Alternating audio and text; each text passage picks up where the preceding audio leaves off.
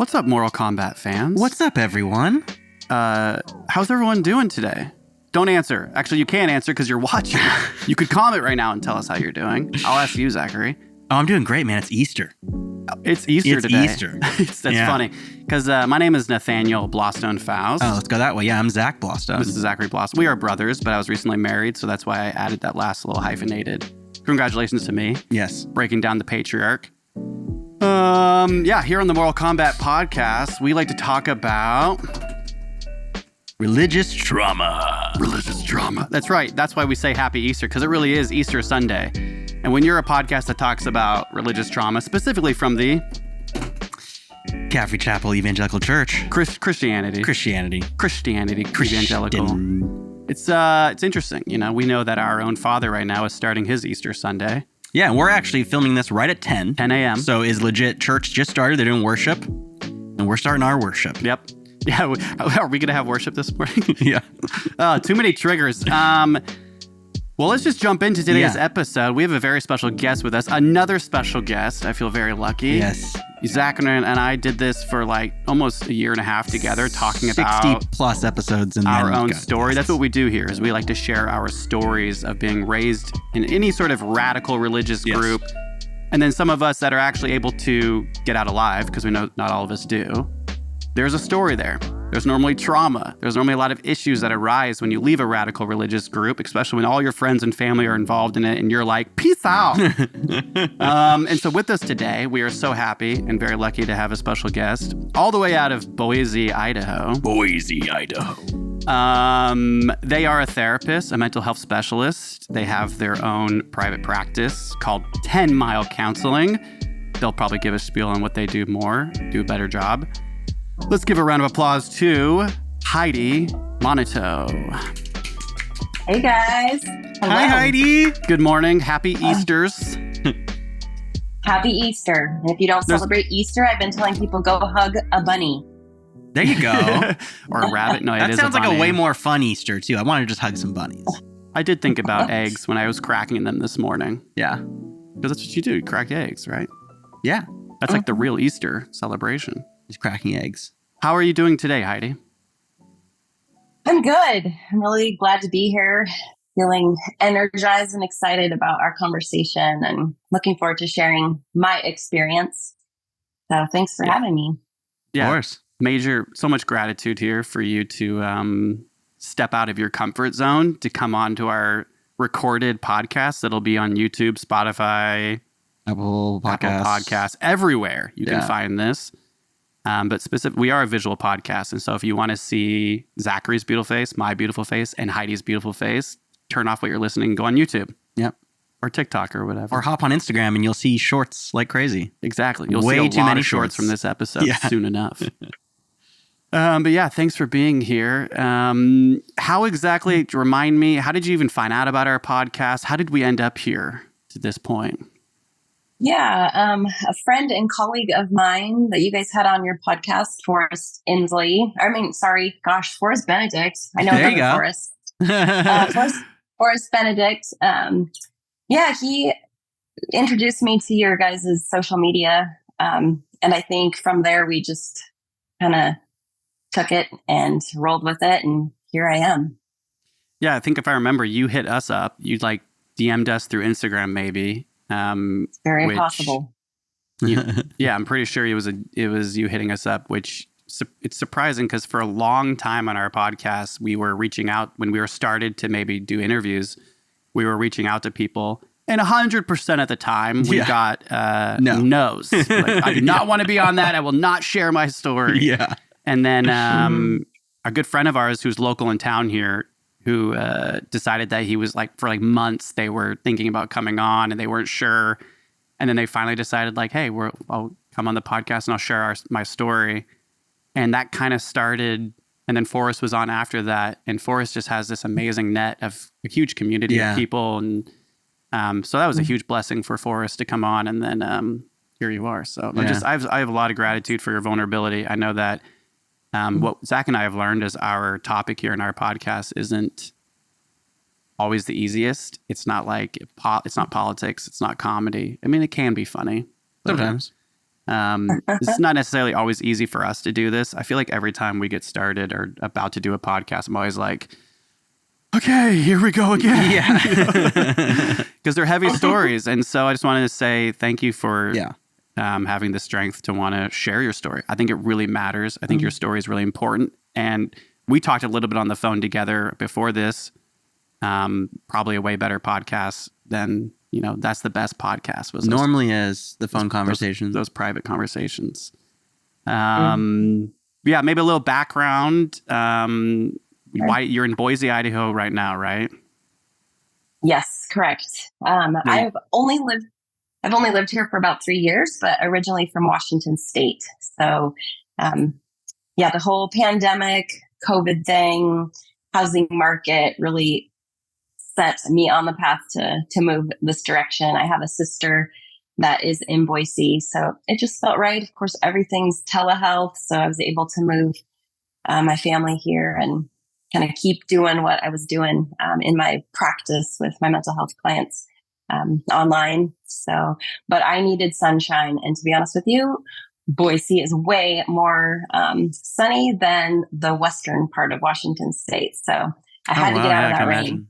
I bet you did. Yeah. I know some people that live in Washington, they absolutely love it. And every time I visit, you just have to be okay with overcast and a lot of rain and wetness, which is fine. But you say your family's out there, so you are married or you have kids?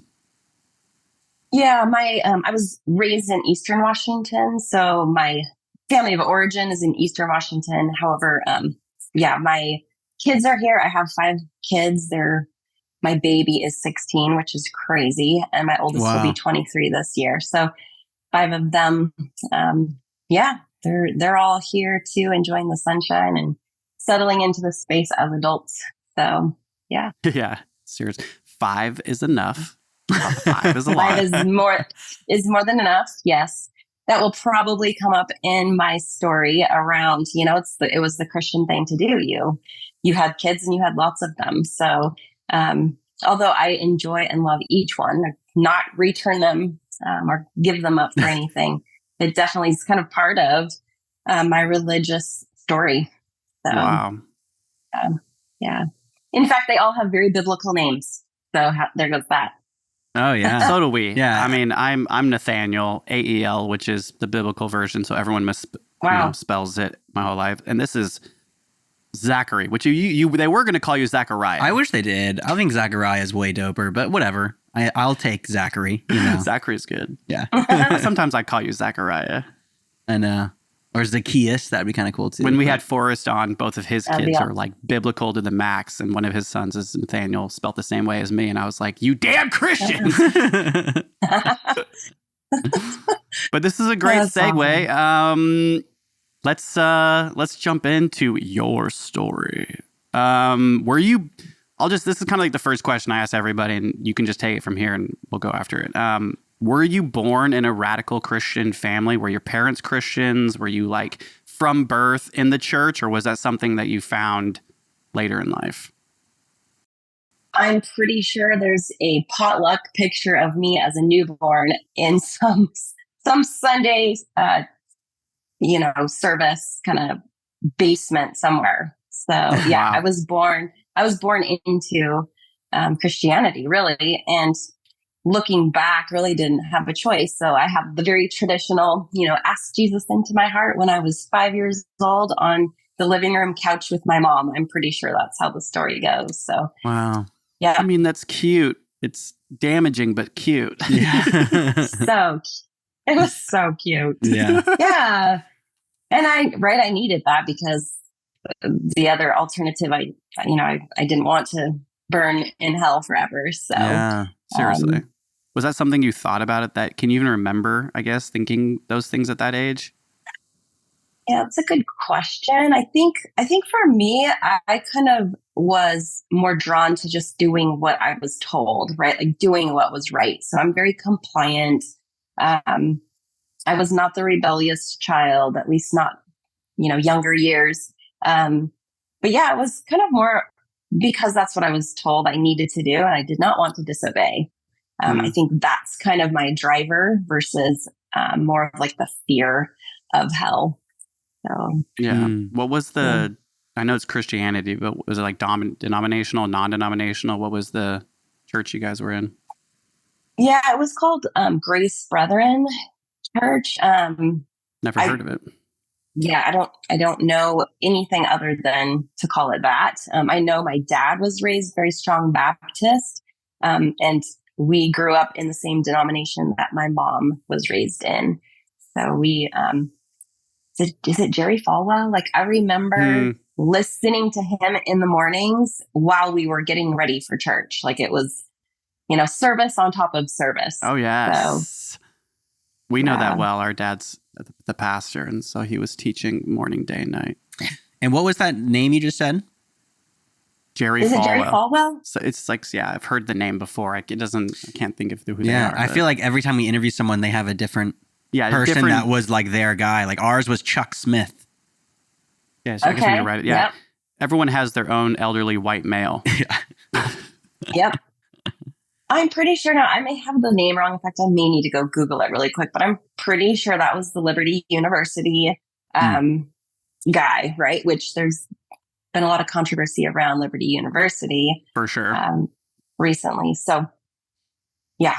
Okay. Baptist, very, very Baptist. And then Baptist. That's right. So we've interviewed someone out of the Southern Baptist. So you're like Washington Baptist. Washington Baptist.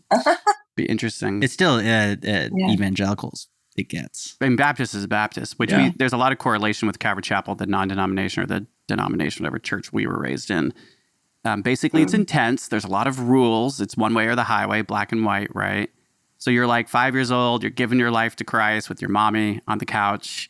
That sounds so familiar to my story. Do you have siblings? Yeah, I'm the oldest of 5 biological children and 1 adopted sister.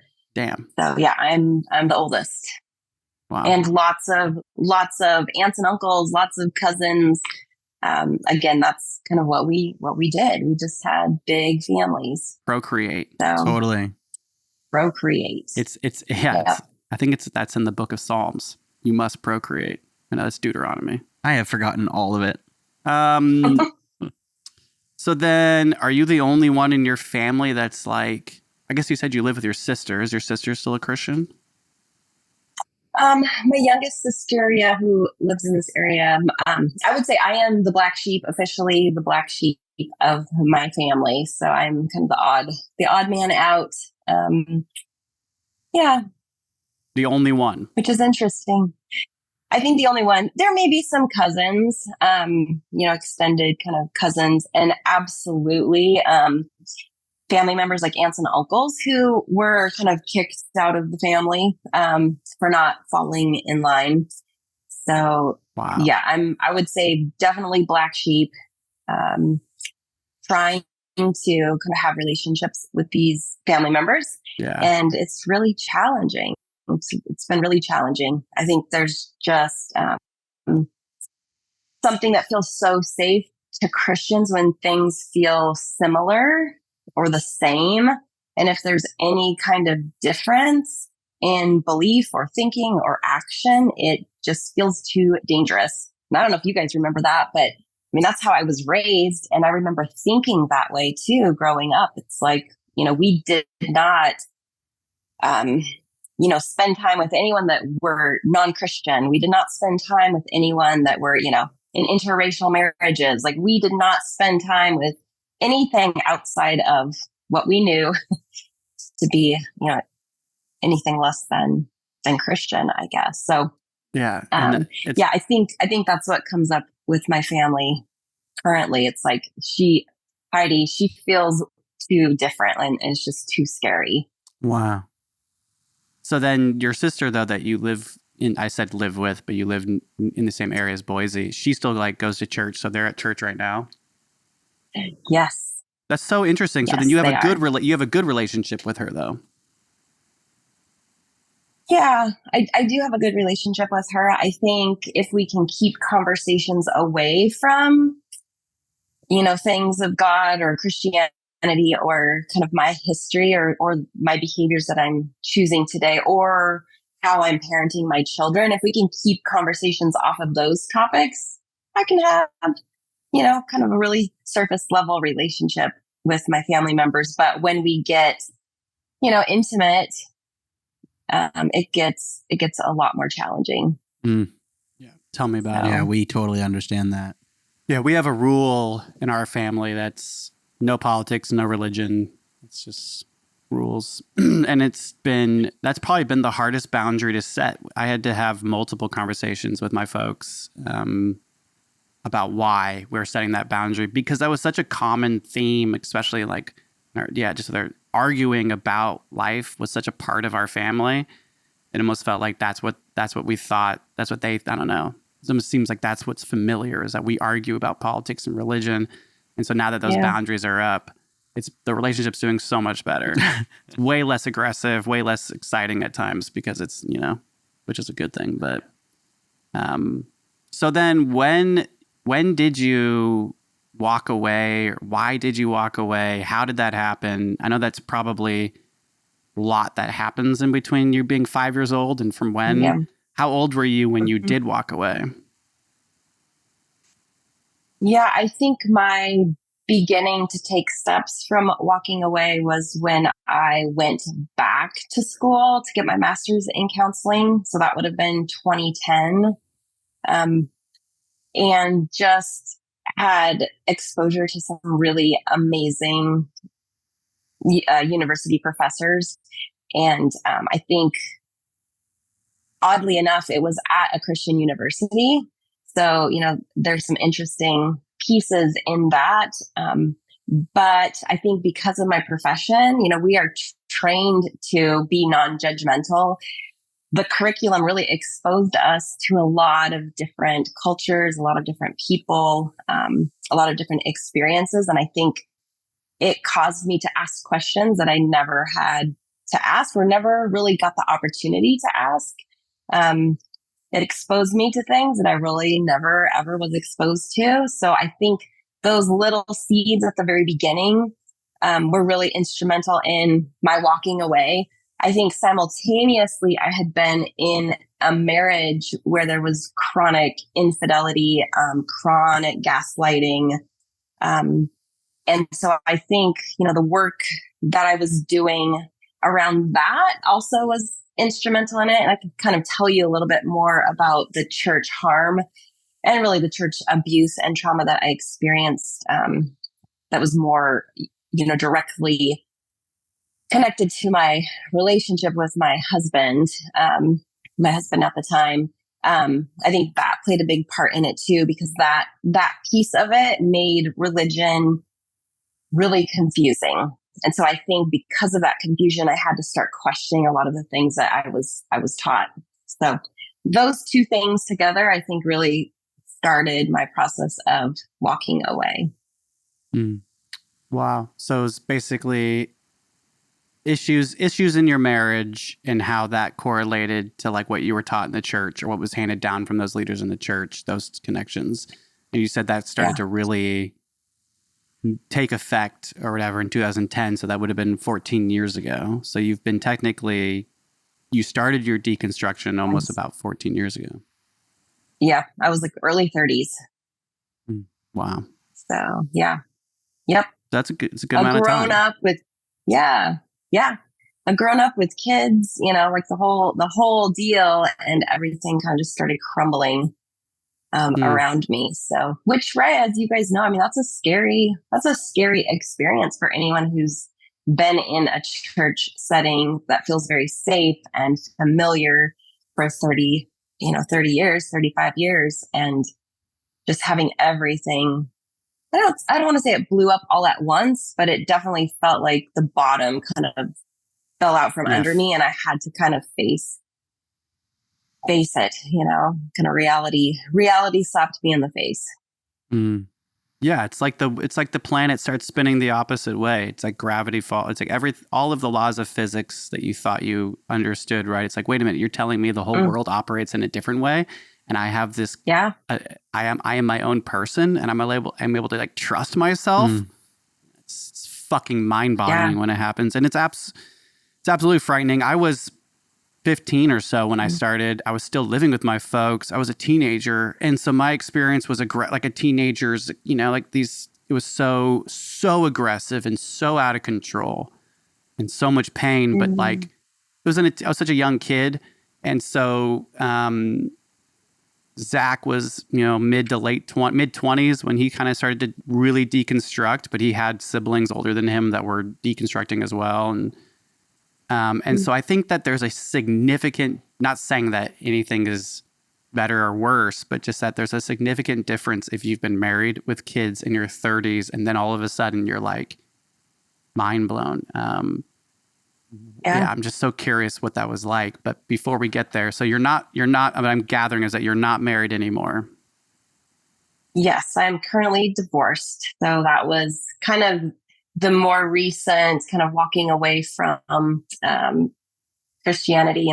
I went ahead and took the steps for the big D word, right? God hates it. And I kind of drug my feet with that one for a really long time. And ended up a few years ago kind of pulling the trigger on that one. And I'm still alive and I'm thriving. So yeah, there's that piece. So your husband was still in the church while you were deconstructing? Yeah, as you were sharing, Nathaniel, I was thinking, to have, me be the one to start questioning everything, married to someone who, when we were first married, was a youth pastor. I think that was really a crazy experience, right? Like really feeling like I am betraying everything that I knew. And then also letting my kids experience me as their mother deconstruct. I think that was pretty intense on the kids as well. For them to be so unsure, maybe worried about like, what's happening to mom, where it's like, what, we're not going to go to church this Sunday? Like, what the heck? We've been in Sunday school our whole lives. What's happening? Little things like that over time, really. Yeah, it's a journey, a big, crazy experience for everyone involved. So then you got married to your ex-husband while he was a youth pastor. Yeah. So that's kind of maybe the beginning of my adult story. Raised in a Christian home, the oldest of 6 kids, really wanting to be compliant and, getting these messages that, my mission really on earth is to serve God, to serve my husband one day, to serve others. And, Heidi, you come last. So I just kind of maybe did what I was told. Very grateful that my parents pushed me to get a college degree before I got married. That is the one thing I will say. They did a lot, right? But that is one thing I will say I'm very grateful for. My dad was very certain that he did not want me to have to like rely on someone, my husband to be specific, but I knew like this was the path I needed to take. And, I was very godly. And when this man showed up at a church summer youth camp that I was a counselor at, he was also a counselor. I thought, this is my person, like here we are at this wonderful youth camp weekend, or I guess it was a week. This is kind of my typical, what I was told I was supposed to be pursuing. And, looking back, I feel like I didn't have really a choice in it. It was just there before me. And I just knew it was kind of like a God thing. And I think we got married. I think I was like 21 when we got married. And yeah, he was a college student to become a youth pastor. So was youth pastoring that year of our engagement. And then that first year we were married. So yeah, living a pretty godly Christian life at the age of 21. That's like perfect. Yeah. You were like a perfect Christian woman. And I will say that perfectionism, I think, really is what drove a lot of my behavior, a lot of my thinking. And I wanted to be a good Christian girl, that 5-year-old that just accepted Jesus into her heart because she knew that's what was the right thing to do. So yeah, perfectionism is something that I'm also really working or have worked on to overcome, the last 15, 20 years. Yeah. So. Join us. Yeah. That's like one of perfectionism seems to be one of the biggest ones for me. Yeah. I'm so hard on myself, on every level, which in our last interview, Forrest, we actually talked a lot about perfectionism and how there are benefits to struggling with perfectionism because things in your life turn out to be pretty good, right? If you're like wanting them to be this perfect way, it's just the amount of shame that comes on the side is relentless if you don't get it right. Absolutely. Yeah, but really is like that story alone. There's so much trauma like packed in that story alone, right? You're so young. Like that is like incredible also that your dad encouraged you to get a degree that he didn't want you, especially coming from that radical religious family. Like education was not pushed in our lives. It wasn't, in fact, it was kind of discouraged by, people in the church, leaders in the church saying that it would pull you away from the things of God. Yeah. And so Christian colleges were looked at, Bible schools were looked at originally. And so I would say, yeah, damn, that's really cool that your parents at least, pushed you to do that. Yes. But even with even with that college degree, you still got swooped up by the good old youth pastor. I did. I got swooped up for sure. And I do think everything kind of really crumbled when this youth pastor was caught in an affair. And I think that's kind of when my shame really took a big chunk out of my, just my self-esteem, my self-worth. I really, put me on the hot seat. Like, what did you do wrong? I was doing everything so perfect. And if things were so perfect and I was doing everything right, why did this happen? And, that is something that I think as a Christian, there was a lot of like, if you do this, then this will be the outcome. And, when I did everything right, and yet, I was in this marriage where there were a lot of secrets and an affair. I just couldn't think of it any other way than blaming myself. So ultimately, I think I just learned to try harder. And of course, right, we're 21 years old. We're poor college students. He's a youth pastor, right? Like we have no money for help. So we really just kind of piecemealed it together on our own and did the best that we could. I think I just worked harder. I think his shame got bigger, which kind of took his secrets into hiding more. And we kind of went about our way for another 6 or 7 years, just kind of making the best out of what we could do. And it was pretty miserable. I don't know if we knew that it was miserable, but looking back, it was a pretty miserable marriage. We were busy with, raising kids. And again, we were procreating. So, I think I was pregnant with my second child when I found out about the affair. And just kept doing the church thing, Sunday school thing, raising the kids, being a submissive wife, honestly, kind of giving him more sex, trying to, perform more in the bedroom to keep him, home, keep him faithful. So just really working hard as a Christian wife to try to keep everything together. And little did I know it was not working. I was hoping that it was working, but it wasn't working. So, yeah. I know that that's a while ago now, and I'm sure you've done some serious work in your life, but I mean, just to nail on that a little bit more. So you went through this affair, it came out that they were having an affair. And you guys were they still leading in the church? Were you guys in leadership at this time, or were you just kind of going to church and a part of it?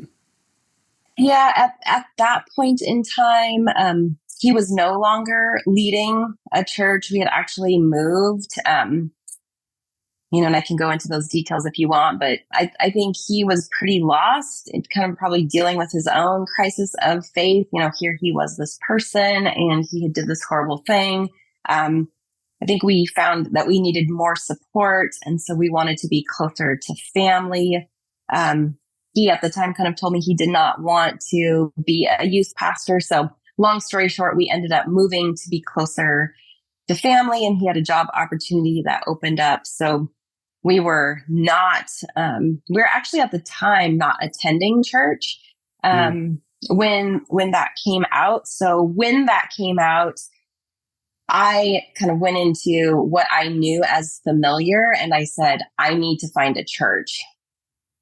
So I went on, the church shopping spree and tried to find a place that really I felt would kind of take me in as someone who was in crisis. And I did. I think I found a place, and the both of us went, and we actually experienced quite a bit of trauma from that experience, where we found ourselves in a Christian pastor's office. And this Christian pastor basically looked me in the eyes. We kind of shared why we were there. This pastor looked me in the eyes and he said, Heidi, you need to forgive him because that's what Jesus would do. Oof. And here's the scriptures, here's prayer, here's our service times. You need to, really kind of do these things more. And I remember that day thinking, right, the good girl, the perfectionist, okay, I need to forgive him. So I forgave him that day and left, and could not figure out why for the next years. Really, to be honest, years, I was so incredibly angry. Mm. And again, right, not having any skills or any knowledge other than what was found in the Christian church, to deal with things like anger, hurt, grief, betrayal, trauma. I just had to stuff everything, and I kept stuffing and stuffing and stuffing for probably another 7 or 8 years until I found out about another affair. So I think that crisis, that would have been about 2007, 2008. That crisis, I said, I cannot do the church way any longer. I need to step outside of the faith and go find a mental health therapist. And found someone that specialized in affairs and infidelity. And we did a different route. I will say that mental health therapist was also kind of a Christian-based therapist, and looking back, probably was not advertising his skills correctly. And so I think we landed in some unhelpful hands yet again. And if you think about it, in 2007, 2008, we didn't know a lot about trauma.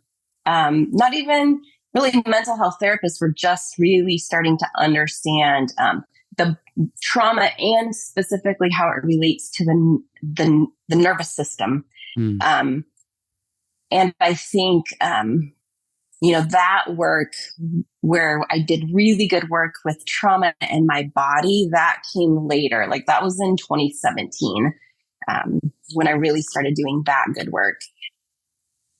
So backing up kind of 2008, just really having to stuff a lot. And also, again, him kind of staying in those cycles of shame. I think we were so stuck. We were so stuck in our stuff. And the shame really coming from, right, he had done the most awful sin. And how do you recover from that? Who do you talk to about that within the church? There aren't people talking about that, or at least we couldn't find them. In fact, the pastors we were working with back in 2002, I'm going to say, we actually found out later that he was also having an affair. So it's kind of like, yeah, no one really knew what to do with us. I think, pastors didn't know what to do with us. They didn't have the skills, or they were struggling with their own sin. And it made it really hard for us to get any good footing on our recovery. Wow. Damn. Yeah, everything you just explained there's so much we could unpack with everything you just said there. Like, but the first thing that's just like, one, I'm so sorry for all the trauma and pain in your past marriage and how it was like re-solidified and recompounded for years is not shocking, right? Coming out of the church and knowing how that works. Yeah. And so I think there's like a lot of things that you said here that just kind of show how the culture of the Christian church, of the evangelical church, reinforces this trauma like over and over, especially like you being a woman and saying from your experience, like the fact that you guys sat with a pastor and one man, you're probably the only woman in the room, right? Saying to you, like, you should have forgive this man. And little do you know, the past leader in 2002 was also cheating on their wife. So you're like surrounded by men that are cheaters telling you how to forgive the cheaters. But like before that, tell me if I'm wrong, but it seems like the culture of the church and where you were at as a woman, like you had no other option but to accept it, right? That was just like, can you kind of explain like maybe just maybe more of what that felt like to you? Just the fact that, was there any way out in your head when that happened? Or was it just kind of like, I'm going to stay with my husband because that's what I have to do and I have to figure this out? Yeah, there was really no option out. I think maybe I was aware that there was an option, but it was so laced in shame that I knew it was not even approachable. And I think the option was divorce. But I knew there was no way that I could divorce my husband and keep my community. Like I knew I was going to be excommunicated, because that's what I was taught. And I didn't really experience, you guys probably don't recall Michael English, but he was a singer, artist, Christian artist back in, maybe 1997, I'm guessing, who at that time had an affair. And it was like a big thing in the church back then. And we were not to listen to his music. Like we were supposed to burn the CDs or burn the tapes, right? Like it was a big deal. So I knew in the back of my head, I couldn't do that. I needed my community and I needed my family. And I think the way out it wasn't an option. And I had, little kids at the time. I didn't know how I was going to support myself. Like I knew in the back of my mind, I had this degree. And that was part of my story. I did start going back to work at that time. But yeah, it was kind of just, submit, pray, read more scripture, make sure you're up in the morning having quiet times, like be a better wife, and hoping it would go away. So yeah, that was kind of my answer. That was the only option that I thought I had back then. Yeah. Was there any female leadership that was also telling you the same things, or was it just mainly male leadership telling you this? Well, of course, the female that I had exposure to, it was her along with her husband, who was the pastor. So there was still that male influence, that male presence in the room. And they also had no experience of it for themselves. So I think, the mentorship I got from them was like, we're going to pray the demons away. We're going to anoint you with oil. We're going to make sure you're in every service. Like that was the answer. And that doesn't work. It didn't work for me. Those answers did not work for me. And those answers also don't work for the people I see in my practice, which I'm jumping a little bit. This is a specialty that I treat: infidelity, chronic cheating. So betrayal trauma is what I specialize in. And a lot of people that are coming out of the church or coming from the church need to hear that the Bible is great and all, but the Bible doesn't work for you. Does it make sense? Like the Bible does not work for betrayal trauma.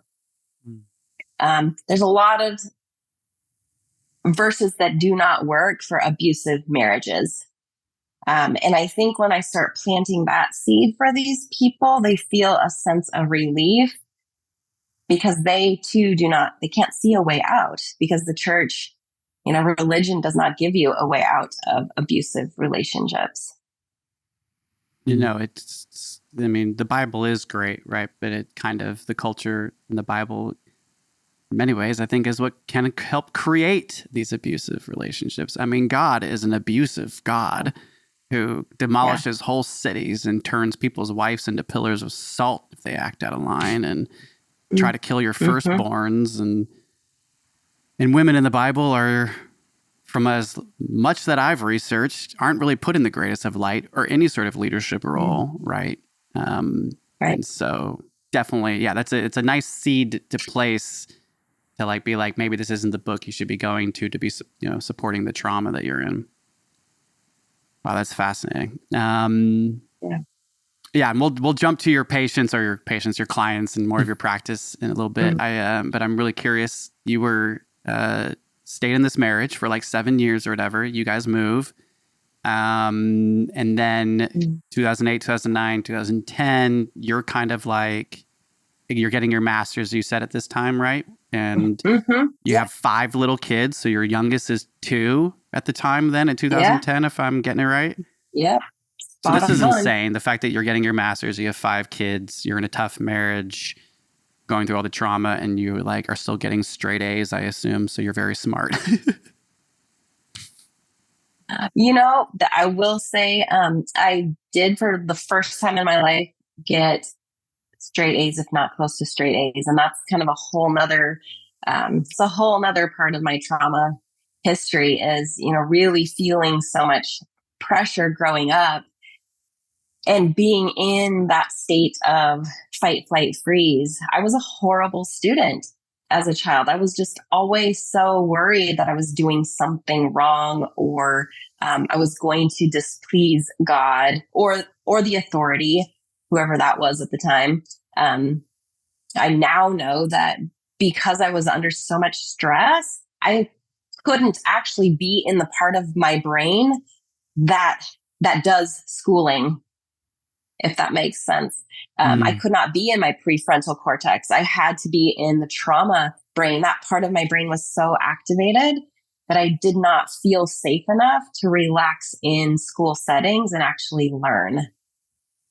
So when I got to a university and had better skills and had done some of my own work in therapy, I was a much better student. And I was actually quite surprised by that. I've never heard anybody put it that way. And what you just said makes me think a lot about my childhood schooling and yours. Yeah, I know. I've actually never thought of it that way. That's a really brilliant way to it's very possible that we were stuck in our trauma and it was really unsafe. We were homeschooled for 4 years, 5, and then I was back in public school, 7th grade. I was so scared in school, 7th grade. Yeah. And it was, I did start to learn a little bit at that point of how to actually, but that's a really interesting perspective to think about trauma that way and how, the prefrontal cortex versus the trauma in the back where you can't even come to the class, right, and mentally be there. Wow. Yeah. Yep. It's really interesting. Yep. So then you're in university and you were saying these professors have really helped you just by the diversity of people, right? The diversity of humanity and history. And were you getting your master's at a Christian college as well? Yes. So then it's a very progressive liberal college. What college was that? That actually was, or is still, an Assemblies of God university. And I think because that particular master's had a very strong emphasis on social justice, which can be a very controversial term in the Christian church. So social justice and multicultural issues. the curriculum was very broad. So we looked at a lot of different cultures, Native American culture, the deaf culture, LGBTQ plus culture. Like it opened our eyes to a lot of things. And I think it was really helpful. It's the first time I was exposed to a lot of those topics, and it really got me thinking. And again, like I said, I was safe enough to let myself take it all in. Mm-hmm. And you were going through this immense amount of trauma, stuffing, as you're saying, like suppressing all that shit. So then the moment that you're like experiencing diversity really in an educated way, it sounds like your mind was like prepared for whatever that curiosity would bring, right? Because it's like that. Yeah. It sounds like that curiosity was a huge seed in being like, wait a minute, maybe the white, right Christian way of living isn't good, or isn't the only way. Isn't the only way. In fact, it might be the way that caused all the colonialism, and that's why Christianity is blah blah blah. Because right, it all roads lead back to race, and the power of the Christian church in history is like astonishing. It's absolutely disgusting, really. Yeah. Did anything like that come up in your master's program with social justice? Was like the impact of the Christian church in history to these other cultures or these other groups of people? Never. That was not something that was talked about. I do know since there's been several professors that have chosen to leave that university because, they've cracked down, I think, probably because of why or what's happening in our culture, just even within the last 5 years. I think they've cracked down on a lot of professors. What is it called? Like their statement of faith, and what they sign when they're hired on. So I know a lot of those professors that I was exposed to, they've left that university. So, wow.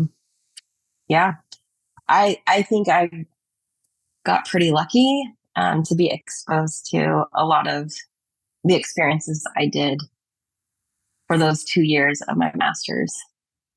Very, very grateful for it. Yeah, and I mean, and like I said, no, go for it. I was just saying, like I said, that just kind of started this cascade of events that really got me thinking differently. And then, to start my private practice, the people that were coming into my office, because at the time I was kind of marketing as a Christian therapist still, as a therapist, I was getting people from within the walls of the church, very committed Christians who were coming to my office, looking for a safe place to talk about, why am I attracted to people of the same sex? Why is this, happening to me? Why, am I so stuck in this loop of like masturbating and pornography? Why is my marriage failing?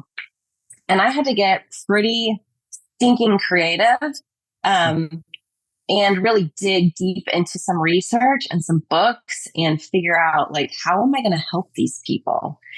Because I did not know that there was so much of this that was happening inside of the church, because I don't think we talk about it inside of the church. We just give a list of rules. We give, the 10 steps and, what not to do. And that's kind of how these situations are handled. There's not a lot of space to have these conversations inside the church.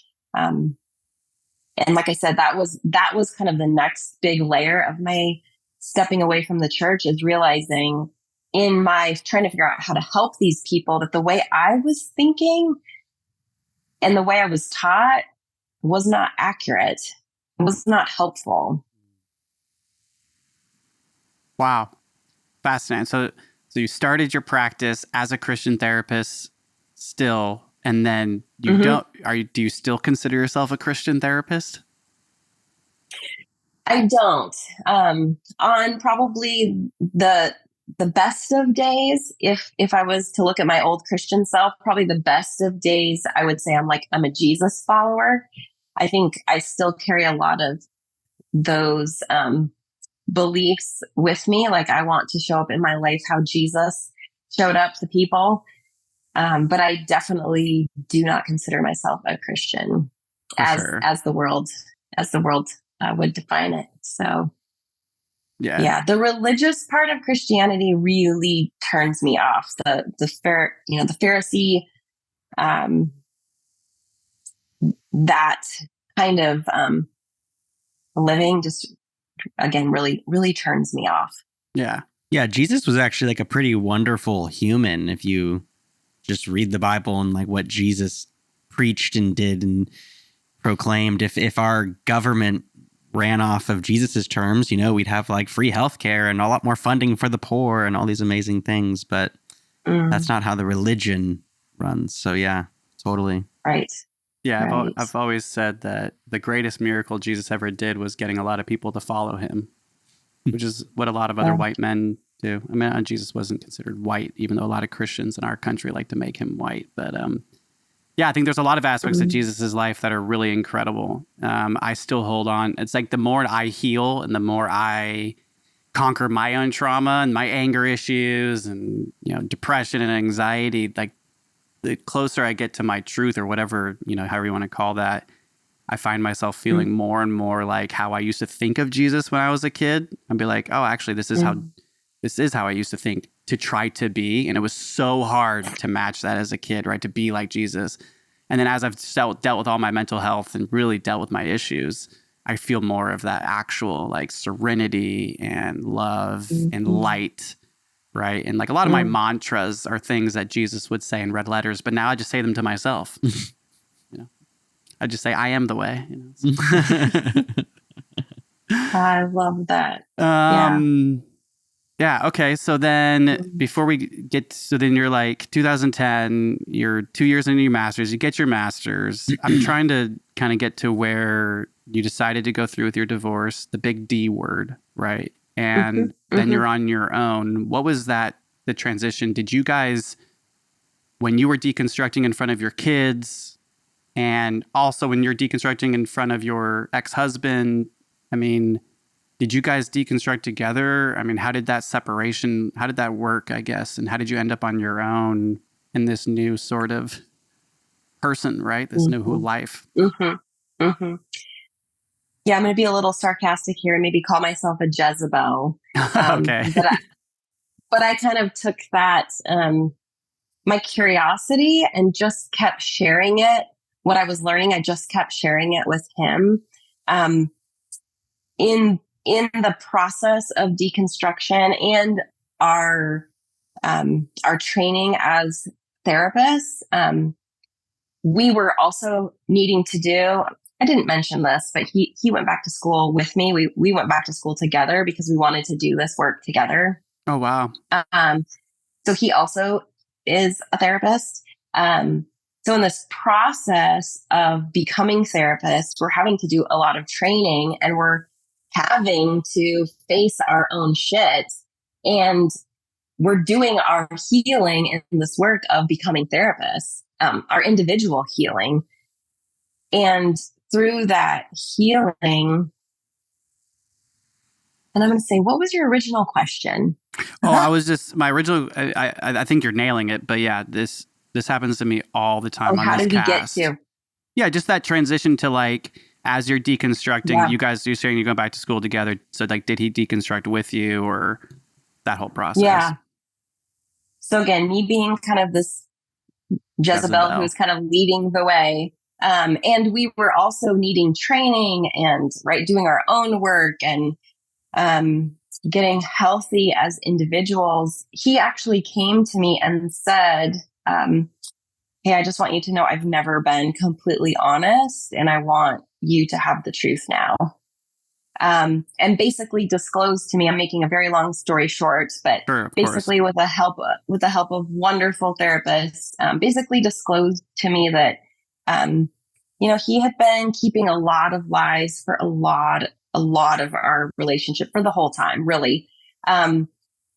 And we worked really hard to try to repair the trust that was broken. And I just think, even though he wanted to be a different person, he was showing up as a different person. I think rebuilding that trust that was so deeply broken was going to be an impossible feat. And I think, again, through my deconstruction and realizing, like, I have options. I have autonomy. I can make my own choices. My needs matter. I have my own opinion. I can trust myself. I can show and practice self-compassion. I think between that and a lot of my own trauma work with wonderful therapists, again, EMDR is amazing, as is brain spotting. I just got more and more clarity around my need to divorce him, almost as a way to honor all those times that I kind of did the Christian thing and just like stuffed it down and forgave him. And kind of the self-betrayal. I experienced it as self-betrayal. He was betraying me, but I was also betraying myself. And so I think divorce was just kind of the next step in, coming back home to me and really showing myself that I can be a trusting person for myself. So then when you went through this divorce with all of what you just said, and then you're like, I know it's not like cut and dry, right? Nothing like this just happens overnight. Sure. But then you're on your own, right? And you have these kids and you're not with your ex-husband anymore. There's this, Christianity that you followed your whole life. Like, was that when you started to really, because you said you started your practice as a Christian therapist.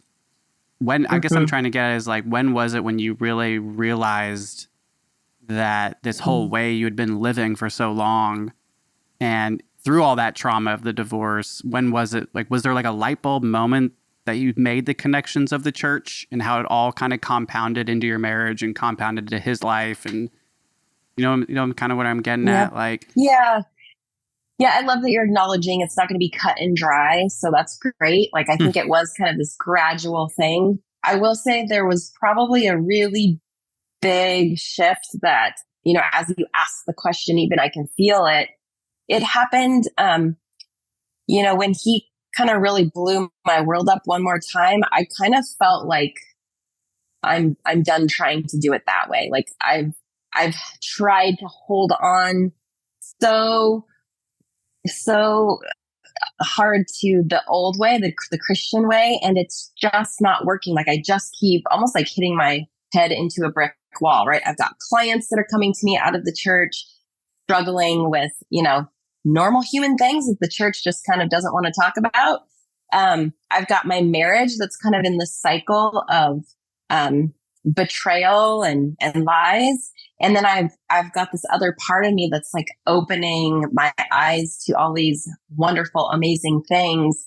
And I actually started to pursue a certification in sex therapy. I'm going to say that was probably 2016. And in that certification, what they have you do is a SAR. It stands for sexual attitude readjustment, I think. So it was a week-long training of just being exposed to all things sex. I could say it simply that way, all things sex. One of the things was to attend a pride parade in Seattle. And I thought, holy shit, like, if I do this, like, this is like a big rebellious step, right? Like, this is huge. Like, but these other people are doing it, right? Like, there's other Christians here. Like, we're going to be okay. We're going to be okay. I've got people supporting me in this. I remember going to that pride parade and feeling the most love that I have ever felt in my whole entire life.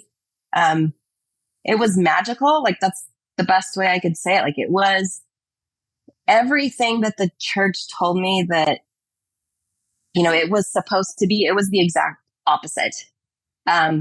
these people were so kind. I felt so welcome. It was like so many people being so warm and loving to each other. It felt more like Jesus. Honestly, it felt more like Jesus than, the church has ever felt like Jesus to me. And I think that was a big, huge shift for a lot of reasons. But I think I would probably put it back to that moment. Of course, a lot of lead up to it. Experiencing that, actually, the next summer, I took my whole family with me. So brought the husband at the time, and brought my 5 kids. And I think that was a really eye-opening experience for everyone. Like you went to the next Pride parade? Yeah, that next summer, summer following. And I think we've almost been to one every year since. So it's an experience. And I would highly recommend it to any of our listeners. Yeah. Oh, yes. You heard it here, folks. Yeah, I love that you brought that up, Heidi, because Me too. That was a huge part of my deconstruction as well, or at least like a pinnacle moment of like being more incorporated into the LGBTQ AI plus community and just feeling the love that is just so rejected from the faith and so hated on and demonized. Yes. And then just like realizing that that's just such a fallacy. And I'm so happy you mentioned that. It's such a big deal. It's legit the opposite. Yeah. Before I say anything, why, like, that is a pinnacle experience to have coming out of the evangelical church, like going to a Pride event and then coming out of it and being like, something's not right in my upbringing. Yes. Why do you think it is that culture, that community, the LGBTQ plus community, like, why do you think you felt that with them? Like, where is that coming from that, do you think? I think for me, it was the fact that the church had drilled into my head for so long that these people were evil and bad, and something bad would happen to me if I befriended them. And when I didn't experience that, when I actually was hugged by people, when they actually asked like who I was and why I was here, like when these people saw me and cared for me, when I saw them caring for each other and loving on each other, everyone there was happy and so genuine and authentic. I thought there's something wrong. Like this kind of almost validates that what I've been searching and maybe what I've been fighting against, like it connected that next piece. Like this is nothing what I have been raised to believe this would be.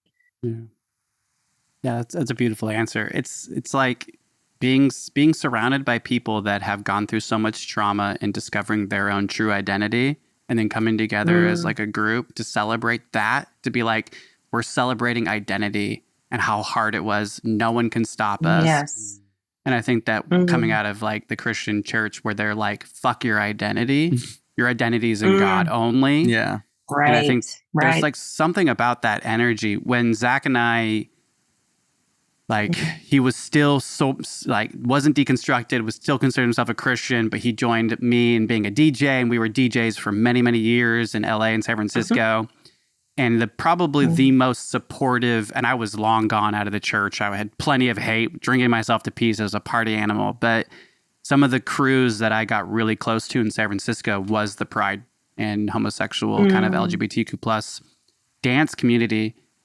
And out of all of the shows we played over like 8 years, we had the most love and support from the Pride events. Yeah. The Pride events that we DJ'd were just like not even Christian. There wasn't even anything religious. It was just business alone. It was the best business. It was the most support, the most love. So I just think that there's so much about a community that comes together to celebrate identity because theirs was held down for so long. That just has such positive, or that has such healthy collaborative energy for people like us, where coming out of the church is about discovering your identity. It's kind of like coming out of the closet, and I would never compare them. So if you're watching this right now, as somebody who's also dealt with their gender identity breakdown, it's not the same. But I think that like identity deconstruction to reconstruct it, right, is like, that's what you get from that community. So that's beautiful because I totally relate to that on so many levels. And to this day, is like a never ending process of like deconstructing gender and like, you know, accepting more of my truth, which is not this non-gendered, you know, really open and diverse and fluid individual. And I think that getting that from that community is so positive. So that's really cool thing to hear from you. And the fact that you brought your family, and at the time you're married, right? And so you're kind of like, you're with me, the 5 of you are with me. I'm showing you guys something you need to see.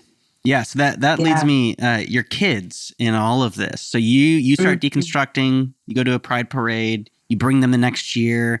What's going on with like, I know you mentioned earlier that your kids kind of were confused about like, we were going to church once, we're not. Can you speak more on like actually their experience in all of this?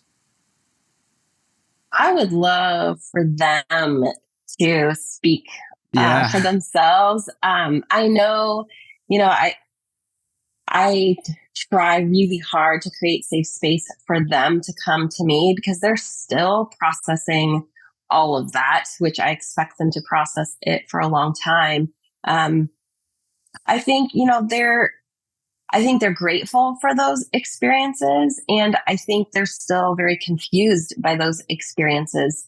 I think they're grieving a lot of the things that they didn't get exposed to. You know, I'll be honest with you. We did a lot of like, we don't watch movies. We don't watch TV. We don't listen to secular radio, like, especially when they were really little. Like they were very, very sheltered. They went to Christian school. We did the homeschool thing. And I know to this day, they're grieved by that because they lost a lot of those chances to do a lot of the normal, healthy, developmental stage, like growth and understanding of who they are as individuals and not, you know, who God says they're supposed to be. And I think as adults now, especially the older ones, because I still have some teenagers at home, but the older ones are free too, and they have explored things like their sexuality, things like, do I want to go to church as an adult now, or do I want to, you know, stay home on Sundays and hike or sleep in or watch an R-rated movie if I want to? Like they get to do all those things now. And I think for them, I'm hoping what's helpful is, again, I just keep creating a safe place for them to come back to and be open in hearing what their experience was like and the things that they wrestle with now. And I don't want to judge them. I think that's something that I experienced from my own family of origin, is just a lot of judgment and rigidity and rejection if I don't do the same thing. And I don't want that to be my kids' experience. So that's something that I've learned, and hopefully I can kind of carry forward with my kids as they experience me differently than I was a decade or two ago. Yeah, that's like the best response you can give when someone asks you to speak on someone else's experience. You're like, well, I can't speak on them, but I guess I'm going to take Zach's question and ask it another way. What was it like, and what is it like being a mother who has deconstructed in front of their children, right? I understand that you brought your family with you. You're like, you guys got to see this, like, please experience what I'm experiencing. But then, like you're saying, you raised them very strict. We were raised very strict, very similarly. And so like that experience, I know what that experience is like, kicking against it, wanting to listen to the music, like, come on, mom, like, just let me. So then, as you know, our parents are Christians. They're pastors. They have gone just harder and deeper into their faith. They've constructed more since we've started this podcast. And so I have never been able to talk to my mother or ask her these things. But like, what was it like as a mother then being in the faith and then deconstructing and then realizing the way you parented them then versus how you're parenting them now? How was that? How did that feel for you? Yeah. Well, again, my experience was I think mothers deal with just mom guilt anyway about, am I doing it right? I messed up. I'm failing my kids. I'm not doing enough. And I think that even as you ask the question, I feel that in my body, kind of that guilt. Like, did I fail them then? How much hurt did I cause? I know my kids have trauma. I know they're, working out their own things now. And I think I take a lot of that on as my own responsibility and my own guilt. And honestly, even in my deconstruction, I think I'm so stuck in the old way of thinking that I question even now, like, am I doing it right? This morning, should my kids be at church? It's Easter, why did I not get up and do the sunrise service? Are they going to be okay? I think those old messages are still kind of embedded deeply. And so kind of really living into and reminding myself like why I'm doing it different, and reminding myself, daily that I have an experience that didn't work and I want my kids to be able to have a different experience than I had, and knowing that it will serve them better. I think I just have to kind of keep shifting my focus to that. Also trusting that, and I tell them this, like, I'm still learning, I'm still in process, and I know they're learning and they're still in process, and, being there for them, I think is important to me as a mom. Mm. Yeah. I mean, I dream of that with my folks. Yeah. And so, I think like normalizing these, it's so normative to have guilt as a parent, right? Mm-hmm. And I think that like, it's not an uncommon feeling as parents. I have done everything, quote unquote, that I could possibly do right when it comes to religion and like raising my son in a split situation. And still I feel like I can never do enough. And so like for me, it's been learning how to like exactly the same thing you did was said, or like allowing my son to live the life that he's living without me telling him this way or the highway. And so, and I've like, there's times where his grandparents are pastors, right? My parents, and his mom's side is they're like very religious too. And so I really have very little control, if you will, over what church my son goes to or what he believes. And that's been a new experience of learning how to accept just him and not doing the same thing that I was raised with, which was extremely destructive. Right. So. I don't know if you guys are familiar with Laura Anderson's book, When Religion Hurts. She describes in that book religion as emotion regulation. And I think, Nathaniel, what you're talking about, for us as parents or just us as humans, to be able to regulate our emotions outside of religion, and knowing that when we leave our religion behind, it brings up so many scary feelings, right? For example, again, as a mom, to watch our kids maybe make choices that are really scary. I have a queer, non-binary child. That brings up a lot of really uncomfortable feelings for me, because it's not something that I know in my body to be safe based off of my religious past. And so how can I ground myself and soothe myself around all of those uncomfortable things, and still show up for my child? I mean, that's what you're talking about. Like, it's my way or the highway. I think that rigidity is what helps Christians to regulate their emotions. And I don't think that's helpful. Christians are probably the most fearful people I know. And so a lot of this like rule following and rigidity is so that they can feel safe, so that they don't have to feel their fear. So learning other ways to regulate emotion, can be present to the feeling and in the body, is so important. And it's not something that the church teaches. The church teaches that emotions are bad and the body is bad, and just do what God says.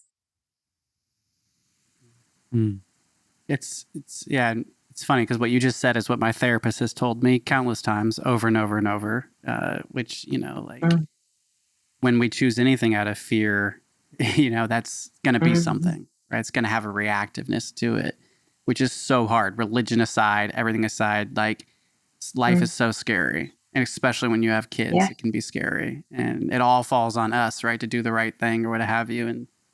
And so accepting and surrendering life and not allowing fear to be the driving force. But like fear is such a huge part of our human experience. And so I think that that's a really amazing what you said is like, it was embedded in the religion from, birth, this idea of fear and how to deal with fear around death, like, oh, I'm not afraid to die. I'm not afraid of this because I'm going to go to heaven and what have you. And so things that don't have that outcome, that perfect sort of Christian outcome, they're just there's like into the wind they go, right? And you're just kind of like, and so anger really has been the number one reactiveness in my life. Same with our upbringing, right? That was like a handed down experience was that you deal with shit with anger. That's how you deal with it. Yeah. And so I've had to learn from me personally, that fear went to anger. And then I had to learn how to like understand that anger more and understand why that anger was happening and how to keep, regulate that. Because anger is a huge part of the Christian religion. I mean, even Jesus threw tables over, right? So like anger to me growing up felt like that was the acceptable emotion, that you can, and so at times with my son, or even my wife or even you, Zachary, like so much of what has been the relationship breaker or the issue has been anger, right? Because of fear, which I'm happy to say has been resolved so much through all of my therapy and healing. And, so there's been a lot of benefit from that. Basically what you just said though, I felt like was a little snippet of what it's like to be your client. So, that was really nice. Can you, share with us then a little bit about your practice? Like, are you said that you focus on infidelity and you also focus specifically on religious trauma as well, right? Yeah. I set out as a therapist to treat betrayal trauma. So I work with a lot of infidelity, a lot of out of control sexual behavior, and the impacts that has on an individual.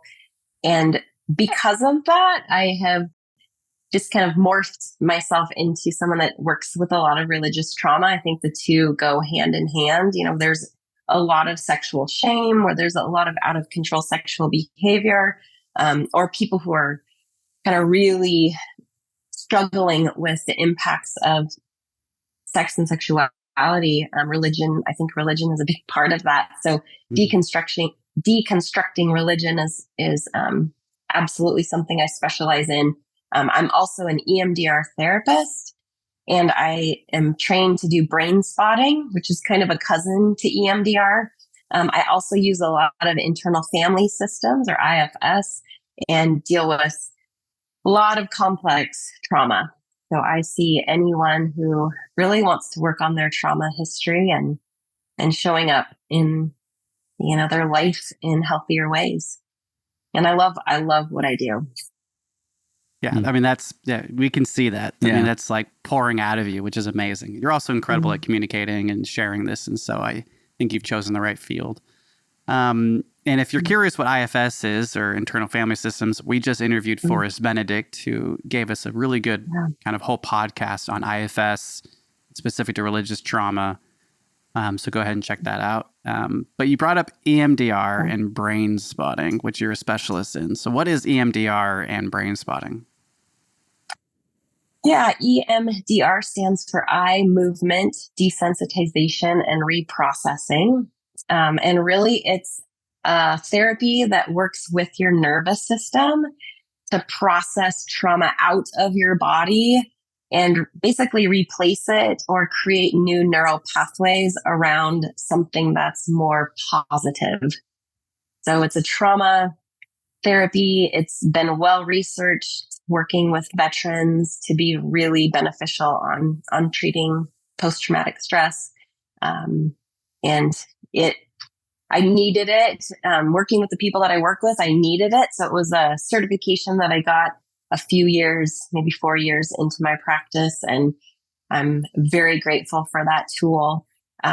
What we use with EMDR is bilateral stimulation of the nervous system. So be it either with actual eye movements where you're following your therapist's finger, or a light bar, or actually tapping bilaterally, or buzzers that buzz bilaterally.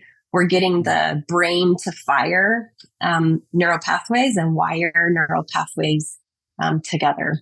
So it's very body-based. It's not talk therapy. It's a nervous system therapy where we're doing a lot of internal and somatic work. So super powerful. It's like therapy on steroids. And people that know EMDR, we actually call it fucking magic because it's very effective and very efficient. Pretty amazing. It sounds super cool. Yeah, it's super cool. Either of you been exposed to it? Curious. It's funny you brought up the tapping or whatever. When I first when I got kicked out of my folks' house for walking away from the church or whatever and smoking cannabis, I remember the first place I lived, I was online, like looking up all this type of stuff, like just therapies and I found tapping therapy, and I like downloaded some sort of, I don't even remember, but that was the only experience I had. I tried it on my own, and I was like, watch some stuff online, and it, of course, like that was it. And so that's my close. I've never done it. If it sounds powerful, I would love to try it. I think that sounds amazing. But yeah, so I've been exposed a little bit to it, but I haven't had the experience. I've personally never done an internal family systems therapy session. I've started reading Short's book, and so I've never like sat down with a therapist and done that. I've never done EMDR.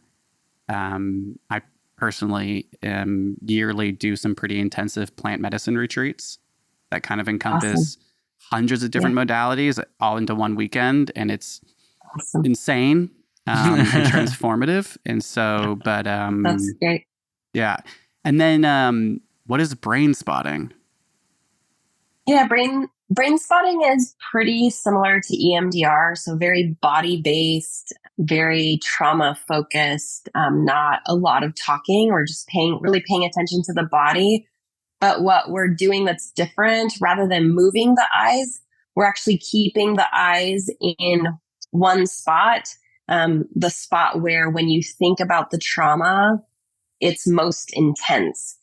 So we're keeping the eyes in that spot, and we're processing our trauma with our eyes fixated on that spot, and finding that reduces the distress levels in the body, and gets that trauma out of the nervous system, so that we can again go about our lives living in a healthier way where that trauma doesn't have the power over our nervous system. And go ahead. Sorry. I was just going to say, it's just a little bit different from EMDR. The eye movement is a little different. Yeah. So then both of these, though, it sounds like you're like, I don't want to know, like reliving is the right term, but you're basically like regurgitating this trauma, experiencing it physically, emotionally, and it's almost like it kind of purges out of you, if you will, or what is... Yeah. I mean, that's a great way to describe it. It's also very gentle. So, we're using a lot of resources and a lot of techniques that help clients. So if it's too intense, we don't want to overwhelm them with the intensity of the trauma memory. We're doing it in a gentle way where it's something that they can handle in a session. Right. So not to be scared of it. We're making sure we're very careful, and a good EMDR therapist will be very careful with a memory that, is traumatic. In your experience, because you said that when you were seeing therapy, right, through your affairs and what have you, you did a lot of EMDR, right, before you were teaching it, or?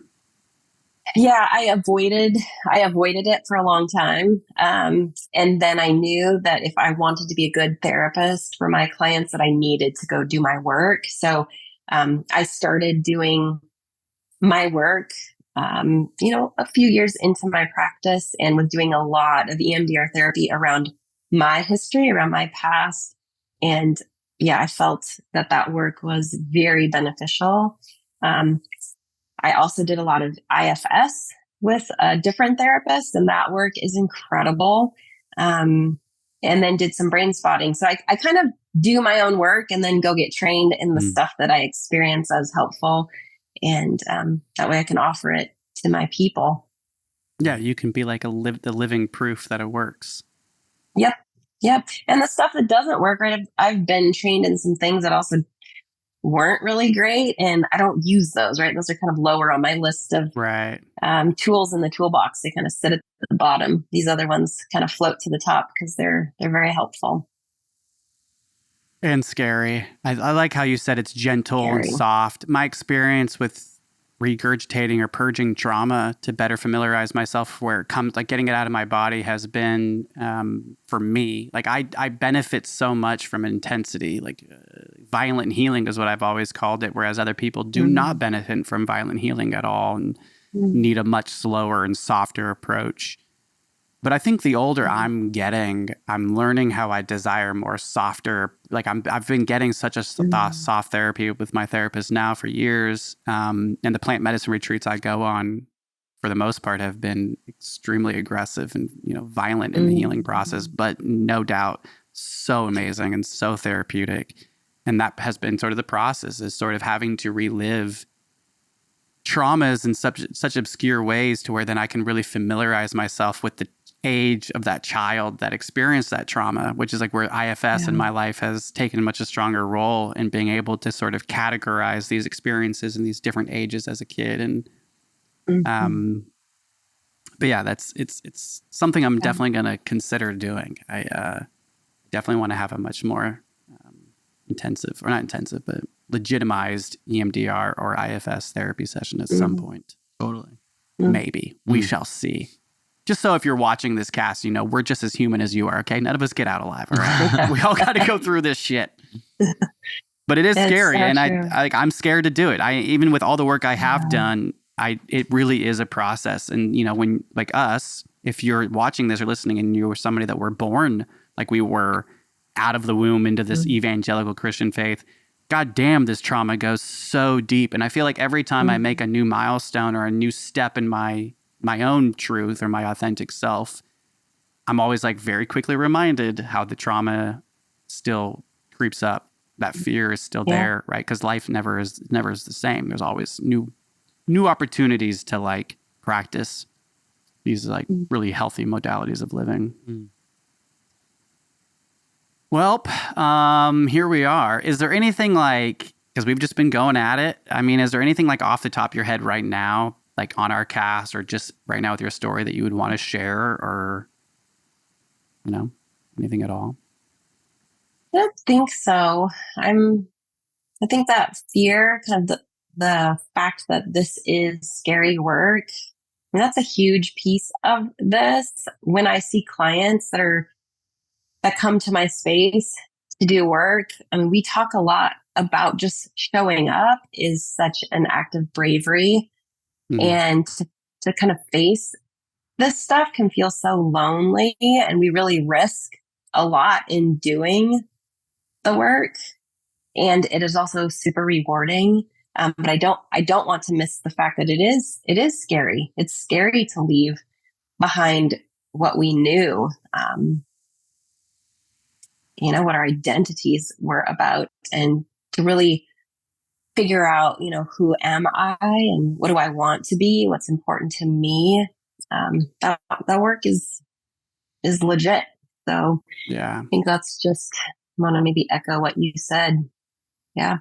Keep healing, don't give up, keep searching. There's a lot.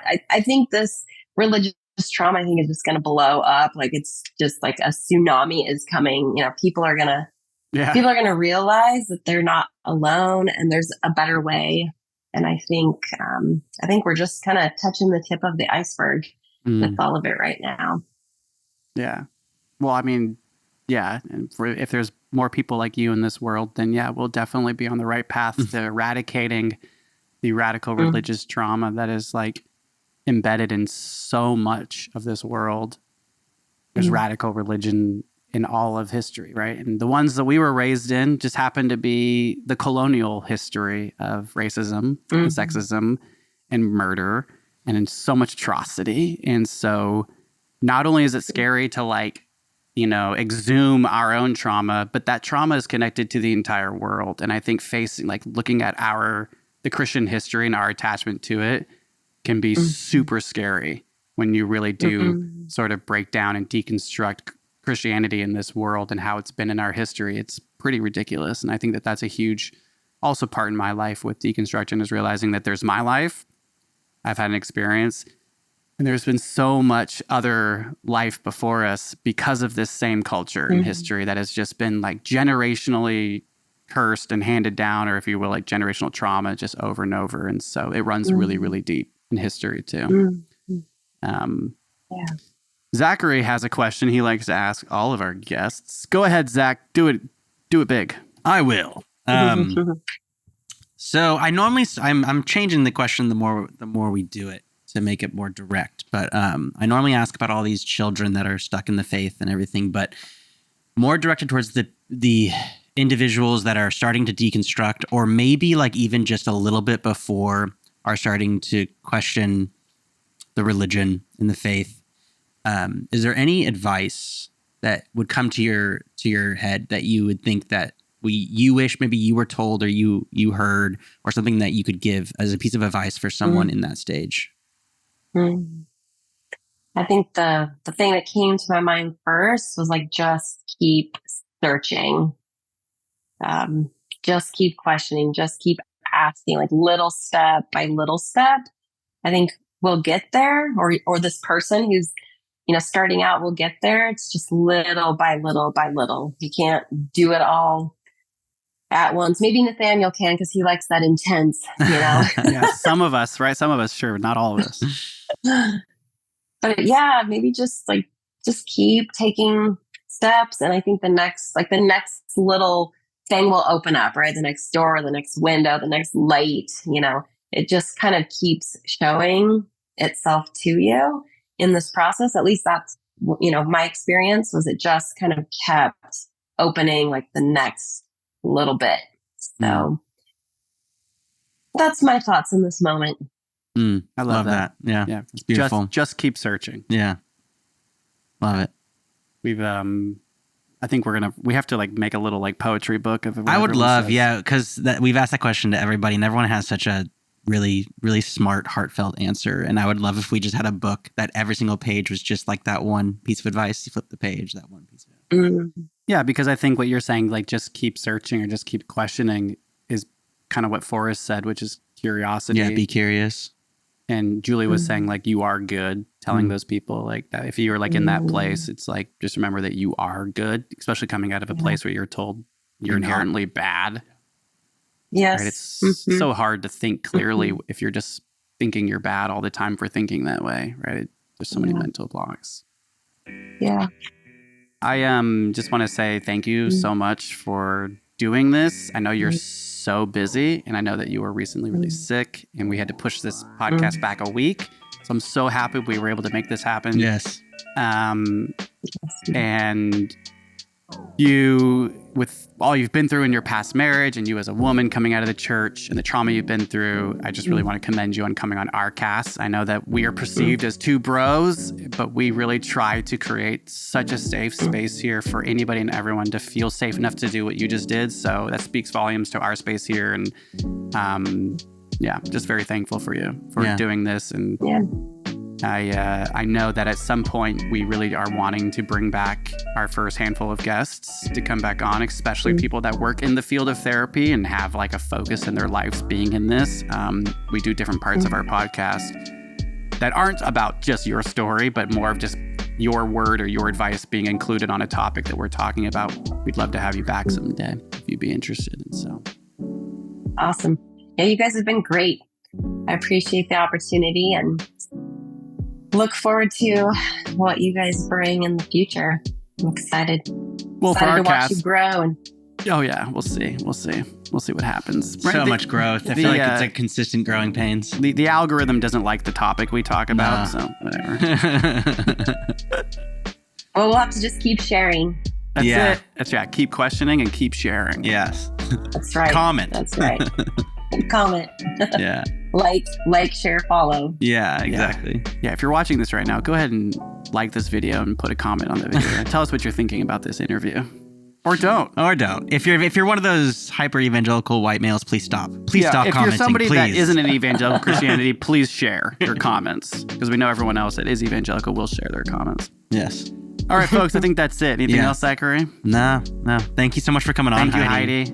Really appreciate it. So much respect for you and everything you're doing. So thank you again. And everyone out there, thank you for watching and listening to the Moral Combat Podcast. We'll see you next time. We'll see you next time. Bye. Bye.